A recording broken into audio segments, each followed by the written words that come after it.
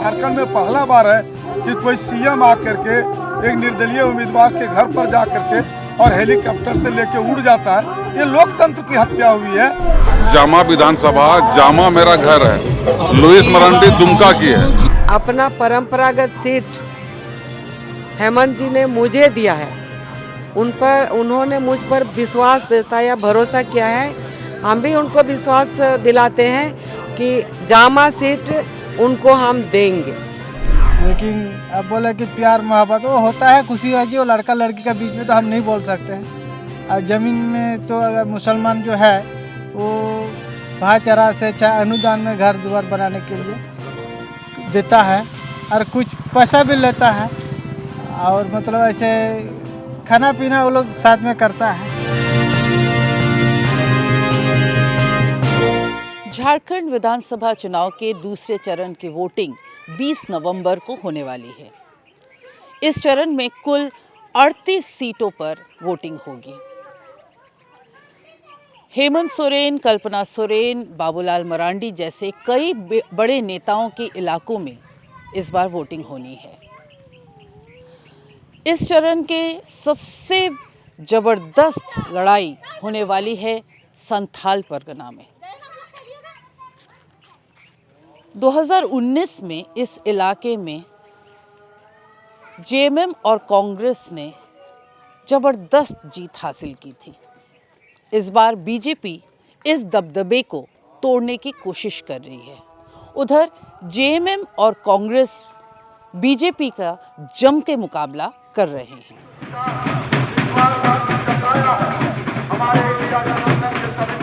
झारखंड के संथाल परगना की सभी 18 सीटों पर 20 नवंबर को चुनाव होगा। यहां पर एकाध सीट को छोड़कर ज्यादातर सीटों पर सीधी लड़ाई है। यहां पर इंडिया गठबंधन की सबसे बड़ी पार्टी झारखंड मुक्ति मोर्चा 11 सीटों पर चुनाव लड़ रही है। इन 11 सीटों में हेमंत सोरेन की बरहेट, बसंत सोरेन की दुमका और लुइस मरांडी की जामा सीट शामिल है। लुइस मरांडी जी, आज ये जो जामा कॉन्स्टिट्यूएंसी है आपको ये पहली बार मिली है। आप पहले बीजेपी में थे, आप मंत्री भी रहे हैं, तो आपको परिस्थिति कैसी लग रही है यहाँ पे? देखिए, हम लगातार 12-15 दिन से घूम रहे हैं यहाँ पर और जो जनता के बीच में हम जा रहे हैं तो एक तो है कि ये देख के अपने आप में कष्ट हो रहा है कि विकास से इतना दूर ही लोग कैसे हैं। वहाँ किसी चीज़ का आप अगर कभी क्षेत्र गए होंगे तो आप अच्छा से चल नहीं पाएंगे। तो हमें जनता को ये विश्वास दिला रहे हैं। मेरा नाम मैंने काम करने वाली के नाम पर लोग जाने जाते हैं, सहजता के रूप में लोग जाने जाते हैं। तो जनता हमसे सीधा मिल सकती है, सीधा बात कर सकती है, समस्या को वो हमें बता सकते हैं और हम घूर घूर के समस्या हम देख रहे हैं, खोज रहे हैं। तो फिर हम विकास का काम यहाँ करेंगे। मेरा मुद्दा विकास का है, चाहे वो शिक्षा हो, स्वास्थ्य हो, कृषि हो, कनेक्टिविटी हो, रोजगार हो, ये मेरा मुद्दा है। ये वाली सीट जो है हर वक्त सोरेन परिवार के साथ जुड़ा हुआ है। आज सीता सोरेन जो है बीजेपी में चली गई, आप बीजेपी से जेएमएम आई। क्या यहाँ की जनता आप पे वो विश्वास कर पाएगी? निश्चित रूप से ये गुरुजी का सीट है और गुरुजी ने जो अपना पहला शुरुआत यही जामा विधानसभा से किया है और आज अपना परंपरागत सीट हेमंत जी ने मुझे दिया है। उन्होंने मुझ पर विश्वास जताया, भरोसा किया है। हम भी उनको विश्वास दिलाते हैं कि जामा सीट उनको हम देंगे।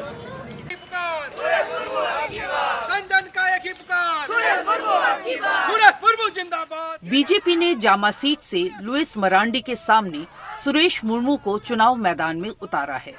सुरेश मुर्मू खुद को थोड़ा लो प्रोफाइल रखकर डोर टू डोर प्रचार करने की कोशिश कर रहे हैं। नरेंद्र मोदी जिंदाबाद।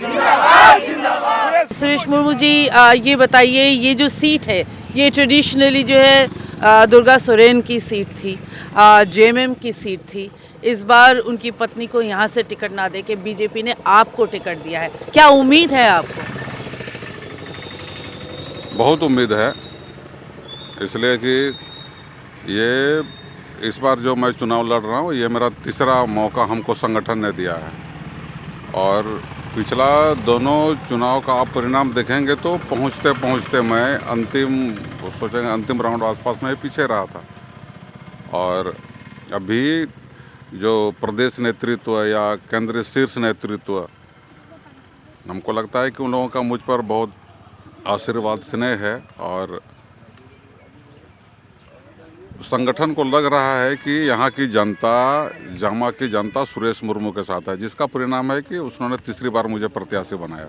ये बताइए कि जो आदिवासी वोटर्स हैं, जेएमएम जो है वो क्लेम कर रही है, दावा कर रही है कि आदिवासी वोटर अभी भी उनके साथ ही है, तो क्या वजह है कि आदिवासी बीजेपी को क्यों वोट करेंगे?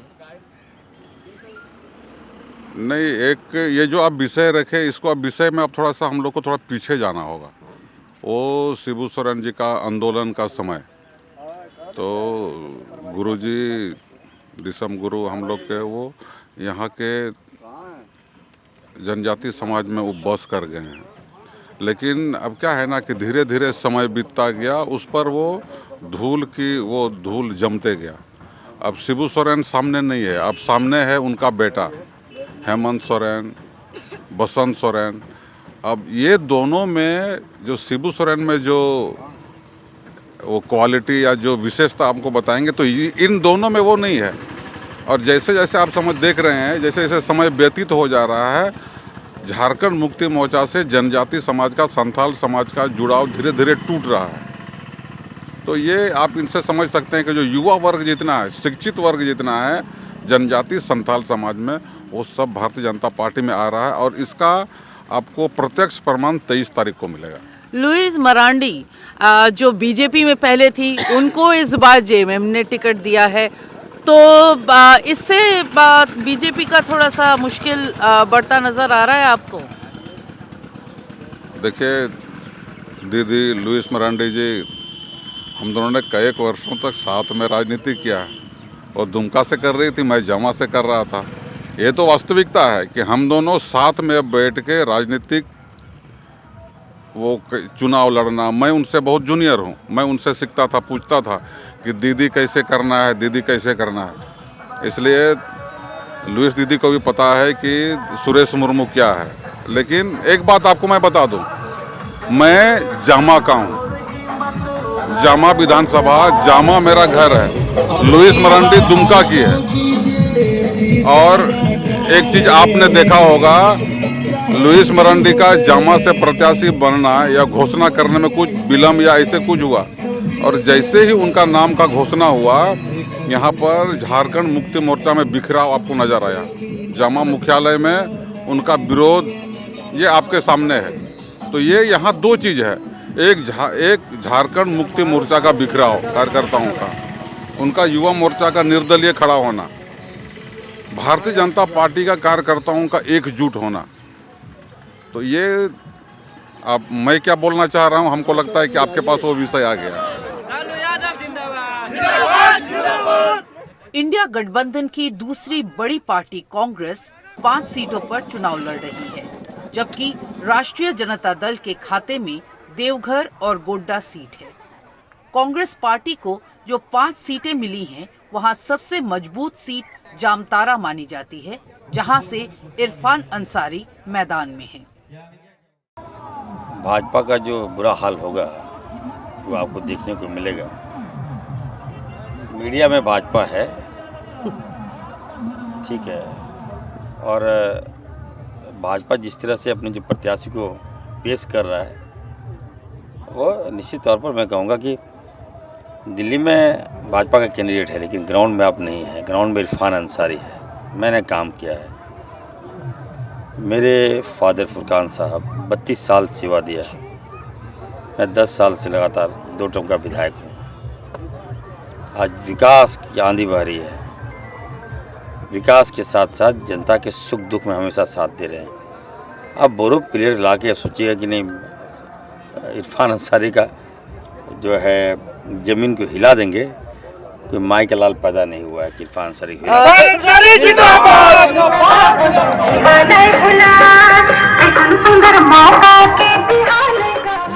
इस बार इरफान अंसारी का मुकाबला किसी मामूली उम्मीदवार से नहीं है।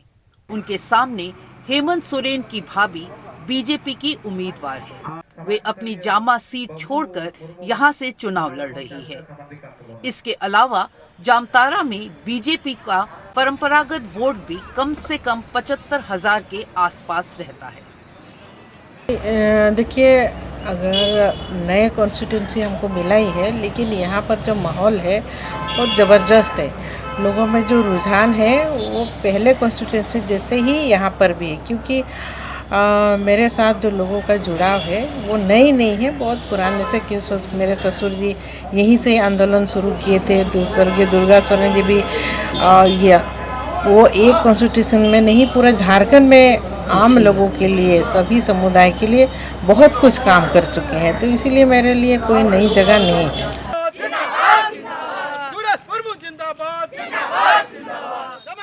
2019 के चुनाव में भाजपा और कांग्रेस को यहां 4-4 सीटें मिली थी, जबकि जेएमएम को 9 और जेवीएम को 1 सीट पर सफलता मिली थी। देवघर, गोड्डा, सारठ और राजमहल में भगवा फहराया तो जामतारा, पाकुड़, झरमुंडी और महागामा से कांग्रेस ने बाजी मारी थी। संथाल परगना में बीजेपी ने बांग्लादेश घुसपैठ के मुद्दे को मुख्य मुद्दा बनाया है। इसकी गूंज हमें ज़रूर संथाल परगना में सुनने को मिली, पर सिर्फ और सिर्फ शहरी इलाकों में। ग्रामीण इलाकों में यहाँ के लोगों के लिए सरकार से मिली आर्थिक सहायता ही मायने रखती है। बीजेपी ये मानती है कि उसे अगर राज्य में बहुमत का आंकड़ा पार करना है तो संथाल परगना में उसे सीटों के मामले में कम से कम 50-50 तक बात लानी होगी, यानी उसे इस इलाके में कम से कम 9 सीटें जीतनी होगी। इस इलाके में आदिवासी और मुस्लिम वोटर्स मिलकर इंडिया गठबंधन को मजबूत बनाते हैं। इसके लिए बीजेपी ने एक ऐसा मुद्दा उछाला जो जेएमएम और कांग्रेस के वोट बैंक को तोड़ सके। ये मुद्दा है संथाल परगना में आदिवासी जनसंख्या कम होना और मुसलमानों की आबादी बढ़ना।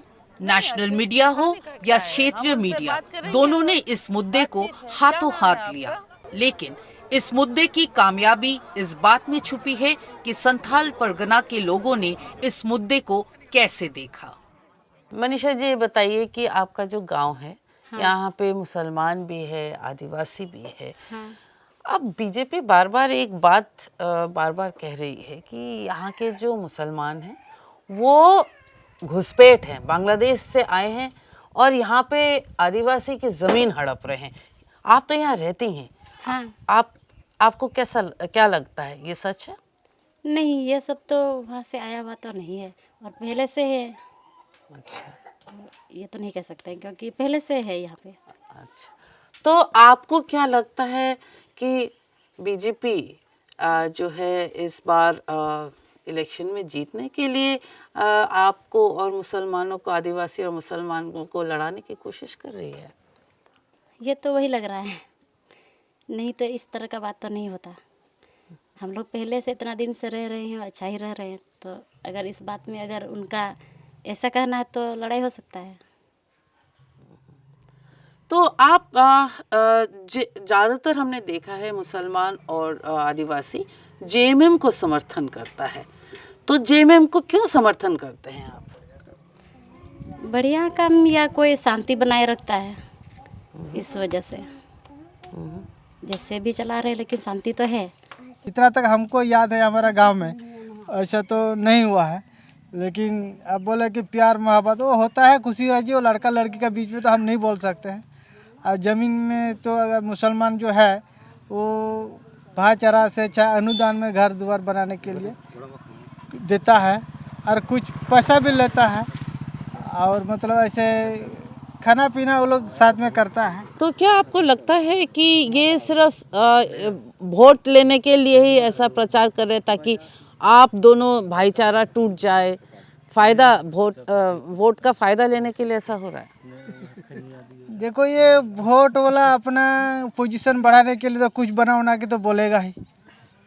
कोई भी पार्टी, हम पार्टी का नाम नहीं ले पाते हैं, नहीं लेंगे, वो तो अपने अपने सोच में देखो, परिवार में किसी का 5 भाई है तो जिसका काम सुनेगा उसी को न प्यार करेगा। पाँचों को तो माँ पिताजी तो नहीं प्यार दे पाएगा, उसी तरह समझे। अब आगे इससे आगे हम क्या बोलेंगे। सुंदर मुर्मू जी, ये बताइए कि ये जो गांव है यहाँ पे आदिवासी और मुसलमान साथ साथ रह रहे हैं।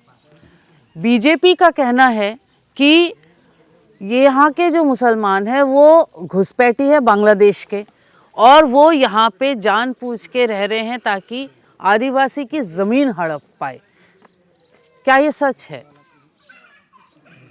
इतना तो नहीं बता पाएंगे। हम जो आँख से देख रहे हैं, समझ में हमको सही लग रहा है तो हम सही बात कहेंगे। जो हम सब मिलजुल के हम लोग अभी तक अच्छे हैं। तो क्या आपको लगता है कि यहाँ पे कई परिवार हैं जहाँ आदिवासी लड़की से मुसलमान लड़के की शादी भी हुआ है, तो क्या ये ज़मीन लेने के लिए हुआ है? ज़मीन लेने के लिए तो नहीं, वो जो ज़मीन लेने के लिए नहीं, वो जो अपना प्यार मोहब्बत से जो अपना कोई कुछ होगा, हम तो उतना हमको पता नहीं है, लेकिन अभी तक जो है सही है। सब कुछ जो हम देखा, हमारा आँख से हम नज़रों में देखते हैं वो सही है। ये हम लोग अच्छे हैं और अच्छे ही रहे, और दुनिया जब तक चलेगा चलते रहे। नहीं, ये गलत बात है। यहाँ ऐसी बात नहीं है कि कोई बांग्लादेशी आकर के घुसपैठी कर रहा है या आदिवासी का ज़मीन जो है हड़प रहा है, ऐसी कोई बात नहीं। ये चुनावी मुद्दा है, ये जुमलाबाजी है। ये यहाँ अधिकतर जेएमएम का वोटर है, इसलिए वोट को तकसीम करने के लिए इस तरह से जुमलाबाजी बीजेपी कर रही है। उसके पास कोई आधार नहीं है चुनाव लड़ने का, इसकी वजह से ये बात वो लोग बोल रहा है। तो आप लोग जो हो, आप लोग कितने सालों से यहाँ रह रहे हो? यहाँ बहुत सालों से, कम 200-300 साल से यहाँ रह रहे हैं हम लोग। पीढ़ी दर पीढ़ी यहाँ गुजर गया रहते रहते। तो वजह क्या है कि मुसलमान जो है जेएमएम को समर्थन क्यों करता है, बीजेपी को क्यों नहीं करता है? बीजेपी को समर्थन इसलिए नहीं करता है कि बीजेपी भेदभाव करता है, हिंदू मुस्लिम को लड़ाता है, और रोज़गार उसके पास है नहीं, और उसके पास कोई मुद्दा ही नहीं है। इसीलिए यार हम लोग शुरू से जेएमएम का वोटर हैं, उसी को वोट देते आ रहे हैं, उसी को देंगे। ज़मीन हड़पने का कोई सवाल ही नहीं है। मेन मुद्दा है कि बीजेपी के पास दूसरा कोई मुद्दा है ये नहीं है कि वोट वो मांगे किससे। और जेएमएम का जो सरकार है, हमारे हेमंत सोरेन साहब का जो सरकार है, उसका काम, उसका विकास देके बीजेपी वाला हताश हो गए हैं। हताश हो जाने के कारण उसको दिखाई नहीं पड़ रहा हम क्या बोलें क्या नहीं बोलें, कि आदिवासी का वोट हम कैसे लें। यही सब सोच के वो लोग उतना मने प्रचार कर रहा है कि आदिवासी चाहे घुसपैठिया बोल के कुछ नहीं है।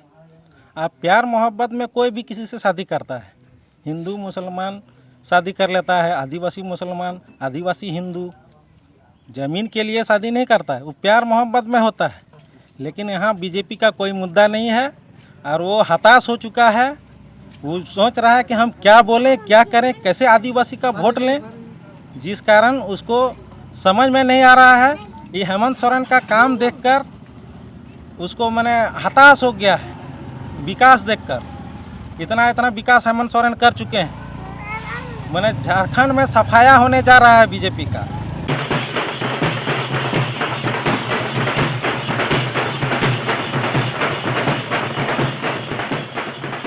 झारखंड विधानसभा चुनाव 2024 के दूसरे और अंतिम चरण में 38 विधानसभा सीट पर मतदान 20 नवंबर को होगा। उनमें संथाल परगना के अलावा कोयलांचल और उत्तरी छोटा नागपुर क्षेत्र भी शामिल है। उत्तरी छोटा नागपुर की बात करें तो यहाँ पर बीजेपी का पलड़ा भारी नजर आता है। झारखंड बीजेपी के अध्यक्ष बाबूलाल मरांडी यहाँ की धनवार सीट से चुनाव मैदान में है। आपकी कॉन्स्टिट्यूएंसी की अगर हम बात करें तो त्रिकोणी फाइट नज़र आ रहा है कि एक तरफ बीजेपी के कैंडिडेट आप हैं, दूसरी तरफ माले के कैंडिडेट हैं और जेएमएम के भी कैंडिडेट हैं। तो इस त्रिकोणीय फाइट में क्या जेएमएम और माले में वोटर्स डिवाइड होने के कारण क्या बीजेपी को उससे फ़ायदा होगा? देखिए, पहली बात तो मैं कहूँगा कि फ़ायदा और नुकसान की बातें नहीं है। चुनाव है, चुनाव में कोई भी लड़ते हैं। पहले भी हम चुनाव लड़े, पहले भी जीते, ये सारे लोग चुनाव लड़े थे पहले भी। कोई ऐसा नहीं है कि पहली दफ़ा ये लोग लड़ रहे हैं। हम भी पहली दफ़ा नहीं लड़ रहे हैं, क्योंकि मालिक तो जनता होती है। जनता जिसको पसंद करेगी, जिस पार्टी को, व्यक्ति को, नेता को, वोट उनको देगी।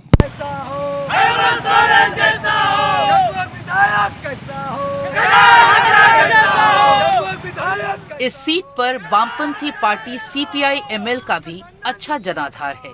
हालांकि यहां पर झारखंड मुक्ति मोर्चा ने भी अपना उम्मीदवार उतारा है। राजकुमार यादव जी, ये बताइए, आपकी इस कॉन्स्टिट्यूएंसी में त्रिकोणी जो है लड़ाई है। एक तरफ है बीजेपी के बाबूलाल मरांडी जो पहले रह चुके हैं यहाँ से विधायक, दूसरी तरफ है जेएमएम के कैंडिडेट और आप हैं माले। तो क्या आपको लगता है कि जो वोट है, जो जेएमएम और माले के जो है, अगर वो बढ़ जाएगा तो बीजेपी को ही फायदा होगा? नहीं, ऐसी कोई बात नहीं है। यहाँ सीधा मुकाबला बीजेपी और माले के बीच में। जहाँ तक जेएमएम के कैंडिडेट है तो वो शुरू से 2000 से लेकर 2019 तक वो जेएमएम के रूप में लड़ा है और उनका वही 20, 25, 30 हज़ार के अंदर में उसका वोट आया। वो कभी अपनी जमानत भी नहीं बचा पाया। इसलिए इस बार मैंने जेएमएम और कोई कैंडिडेट फैक्टर नहीं, इस बार झारखंड में भाजपा को हराना, भाजपा को रोकना, ये सबसे बड़ा चुनौती है। और यहाँ के जो अकलियत हैं, जो दलित हैं, जो सेकुलर हैं, जो सामाजिक न्याय के ताकतें हैं, वो इस बार भाजपा को हराएगी, क्योंकि भाजपा ने लोकतंत्र का हत्या किया। झारखंड में पहला बार है कि कोई सीएम आकर के एक निर्दलीय उम्मीदवार के घर पर जा कर के और हेलीकॉप्टर से लेके उड़ जाता है। तो ये लोकतंत्र की हत्या हुई है। ये पूरे देश में एक शर्मनाक बात है कि बाबूलाल जी चुनाव हार रहे थे तो एक निर्दलीय के सामने झुकना पड़ा, सीएम को आना पड़ा, अमित शाह को ईडी और सीबीआई का डर दिखाना पड़ा, तब वो आदमी को 22 दिन तक अभियान चलाने के बाद उसको तोड़ा गया। तो इसलिए धानवार की तमाम जनता ने इस बात को बखूबी समझ चुका है और 20 नवंबर को ईवीएम में इतना बटन दबाएगा कि ये CBI और ये जो आपके ईडी का जो दबाव के चलते किसी को जो रोका गया चुनाव लड़ने से, ये लोकतंत्र को बचाने का काम करेगा। बिल्कुल सीधी लड़ाई है। कल के बाद तस्वीर और साफ हो गई है। एक तरफ भारतीय जनता पार्टी, एक तरफ भाकपा माले। और मुझे लगता है कि यहाँ के लोग पिछले चुनाव में भी लोगों को साथ धोखा हुआ। बाबूलाल जी भाजपा विरोधी उम्मीदवार के रूप में आए, भाजपा के खिलाफ वोट लिया और चुनाव के बाद 1 महीना बीतने से पहले ही भाजपा में शामिल हो गए। इस बार एक सज्जन आए थे टोकरी लेकर के और कह रहे थे कि मैं जनता की सेवा करना चाहता हूं, और कल पता चला कि किसी और की सेवा में लग गए। वो जनता इससे उब रहे हैं। हमें लगता है बहुत सीधी लड़ाई है। और राजकुमार जी 5 साल विधायक रहे हैं और एक नेता के रूप में, एक कार्यकर्ता के रूप में पिछले 30 साल से यहाँ काम कर रहे हैं। तो लोगों ने उनको देखा कि फर्क नहीं पड़ता चुनाव जीते या हारे, जमीन पर कोई नेता मिलते हैं, कोई साथी मिलते हैं, कोई पार्टी मिलती है, माले ही है। तो मुझे तो लगता है कि इस बार धनवार के हर तबके के लोगों का आशीर्वाद मिलेगा। पर क्या ये सच नहीं है कि जेएमएम का वोट बैंक और आप लोगों का वोट बैंक अगर बढ़ जाएगा तो उससे फायदा बीजेपी को होगा? ये तो जेएमएम को तय करना था। पिछले चुनाव का आप देख लीजिए, हम लोग 3rd थे चंद वोटों से और जेएमएम 6th पोजीशन पर थी। तो ये तो उनको बताना है कि उन्होंने क्यों कैंडिडेट उतार दिया है यहाँ।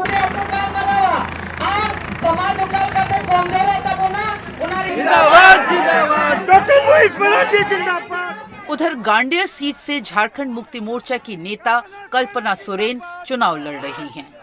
कल्पना सोरेन जेएमएम की स्टार प्रचारक है और वे पार्टी के अलग अलग उम्मीदवारों का प्रचार कर रही हैं। लेकिन उन्होंने गिरिडीह को केंद्र बनाया है, जहां से वो अपनी सीट पर भी ध्यान दे सके।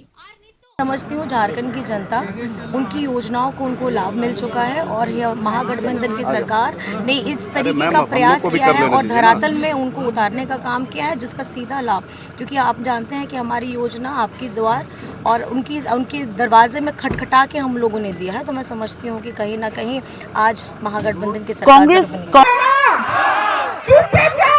झारखंड के इस चुनाव में एनडीए बनाम इंडिया गठबंधन हो रहा है। एनडीए का नेतृत्व कर रही बीजेपी ने अपने चुनाव प्रचार में टॉप के सारे नेताओं को लगा दिया है, लेकिन इंडिया गठबंधन की तरफ से लड़ाई हेमंत सोरेन और कल्पना सोरेन ने संभाली है। राहुल गांधी ने भी झारखंड में कई सभाएं की हैं और चुनाव के आखिरी दिन उन्होंने रांची में एक बड़ी प्रेस कॉन्फ्रेंस भी की है, लेकिन कुल मिलाकर ये चुनाव हेमंत सोरेन बनाम बीजेपी ही बन गया है। झारखंड के विधानसभा चुनाव में जीत की उम्मीद रख रही है बीजेपी। शायद इनकी उम्मीद बेबुनियाद नहीं है। पिछले लोकसभा चुनाव में 14 में से 9 सीटें बीजेपी ने जीती थी, पर इसके बाद ही राज्य के जेएमएम सरकार ने यहाँ इलेक्ट्रिसिटी बिल माफ़ी से लेकर महिलाओं को हर महीने 1000 रुपये देने की जो स्कीम लागू की है,